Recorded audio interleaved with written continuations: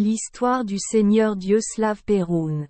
Le chef des dieux slaves, le plus puissant des dieux, Orrod, et Perun, le petit-fils de Rod. C'est le dieu du tonnerre, des tempêtes, de la justice et de la guerre. L'arme de Perun est une hache de tonnerre. Il peut la lancer et elle revient toute seule. Like. Perun voyage souvent sur un char volant tiré par 3 chèvres, ou bœufs. Les symboles de Perun sont la hache, l'aigle, la foudre et le chêne. La légende raconte qu'au plus profond du monde souterrain, il existe un python nommé Skipé.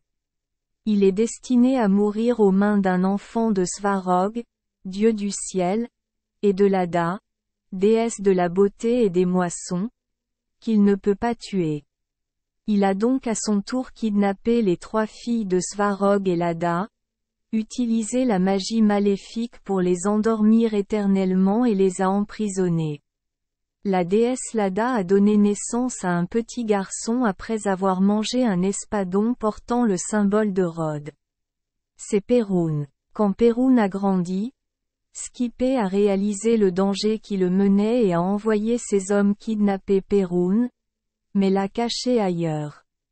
La déesse Lada a alors convoqué 3 serviteurs, se transformant en une espèce mi-humaine mi-oiseau pour retrouver Perun. Perun a été sauvé à temps et a juré de se venger de Skipé. Perun est ensuite descendu, a utilisé son pouvoir pour défricher la forêt, bloquer la rivière et descendre dans le monde souterrain. Ici, il rencontra son ennemi Skipé endormi. À côté de lui se trouvaient les 3 sœurs de Perun, Jiva, Marena et Lolia. Après 300 ans de capture par Skipé, ils furent transformés par son venin en monstres à la peau blanche pâle, aux cheveux aussi pointus que l'herbe et extrêmement féroces. Mais Perun parvint quand même à les libérer et à les emmener au sommet de la montagne Rifen pour se baigner et retrouver leur ancienne apparence. Voyant le prisonnier emmené, Skipé s'est mis en colère et s'est précipité pour combattre Perun. Il a déclenché toutes les attaques, du feu, de la glace, du poison et des dents acérées, mais aucune d'entre elles n'a pu nuire à Perun. La bataille a duré une journée. Skipé était finalement faible, alors il a construit un mur d'os pour se défendre. Le tonnerre de Perun a brisé le mur. Horrifié, Skipé réalisa que la personne qui se tenait devant lui était celle que le destin avait amenée. En fin de compte, Perun a terminé Skipé et est retourné au paradis. Le corps de Skipé a été jeté au sol, se transformant en montagne du Caucase.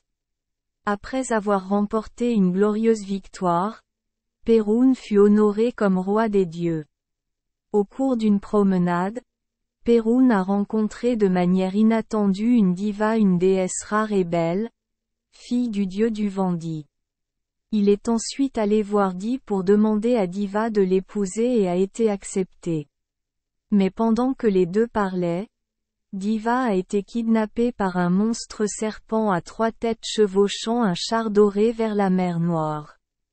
Perun et Di les ont rapidement poursuivis. 3 têtes de serpent crachaient de la glace et des nuages, bloquant le chemin des 2 dieux. Mais comme il était négligent, Diva s'est échappé. Perun et Diva ont ensuite exécuté un combo à double épée, battant le monstre. Les 2 sont devenus mari et femme. Merci les enfants des Esperluette Croisillon 39. Avoir écouté des contes de fées au jour Esperluette Croisillon 39. 8. Espérons que les histoires apporteront aux enfants des moments heureux et significatifs. Si vous aimez notre chaîne, veuillez appuyer sur le bouton S Esperluette Croisillon 39. Abonner, pour ne manquer aucune histoire intéressante. Je vous souhaite une bonne nuit de sommeil et de beaux rêves. Rendez-vous dans la prochaine histoire.